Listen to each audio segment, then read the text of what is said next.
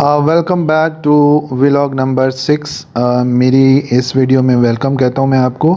और सबसे पहले रिक्वेस्ट करूँगा, अगर आप चैनल पे नए हैं, अगर आपने मेरी पिछली वीडियोस नहीं देखी तो काइंडली वो जाके आप वीडियोस देखें, फ्रॉम वन स्टार्ट करें और फिर चीज़ों को स्लोली समझें। शॉर्टकट मत मारिएगा, शॉर्टकट मारेंगे आपको चीज़ों की आधी समझ में आएगी, फिर आप मुझे कुछ कहेंगे तो उसका कोई फ़ायदा नहीं है, क्योंकि मुझे कोई नुकसान नहीं होगा, उल्टा आप ख़ुद जो है वो परेशान होंगे उस मामले में।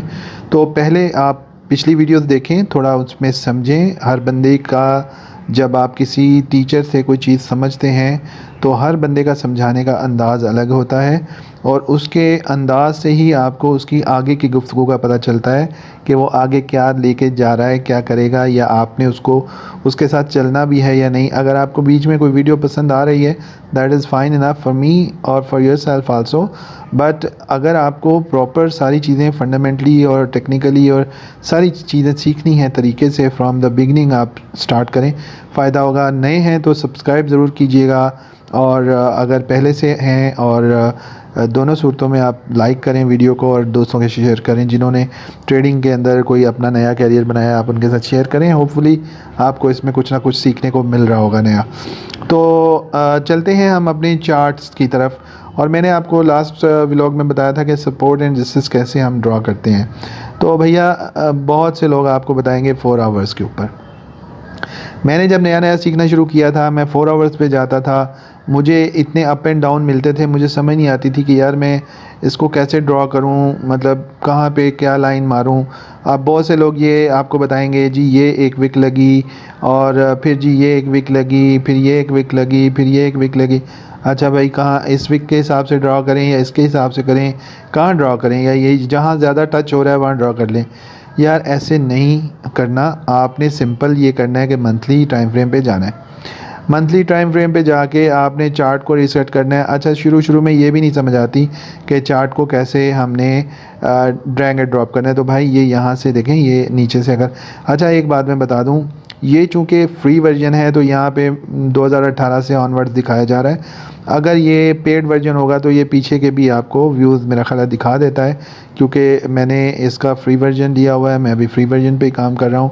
ज़रूरत नहीं ऐसी कोई पड़ी कि मैं इसका पेड वर्जन हूँ, लेने को ले भी सकता हूँ, लेकिन फ़िलहाल ये इसी के ऊपर सारा चल रहा है। ठीक है, तो ये जी यहाँ पे अभी आप देख सकते हैं कि बिटकॉइन जो है इसकी टेक्निकली क्या हम है, ये मंथली हम जब यहाँ पे आ गए तो मंथली टाइम फ्रेम के ऊपर आकर आपने सिंपल ये करना है कि यहाँ मैंने आपको एक बताया था कि जी ये ट्रेंड लाइन का जो आपका कॉलम है, यहाँ पे आप जा सकते हैं। मैंने वैसे जो फेवरेट है अपने वो यहाँ पे, इसको मैं देखूंगा, क्लिक करूंगा तो ये शो कर लूँगा। लेकिन ये चीज़ें अगर आपने पिछली वीडियो देखी होगी तो आपको समझ में आएंगी कि कौन सी चीज़ कैसे आती है, तो टाइम बचेगा आपका। ये इसका है जी हॉरिजॉन्टल।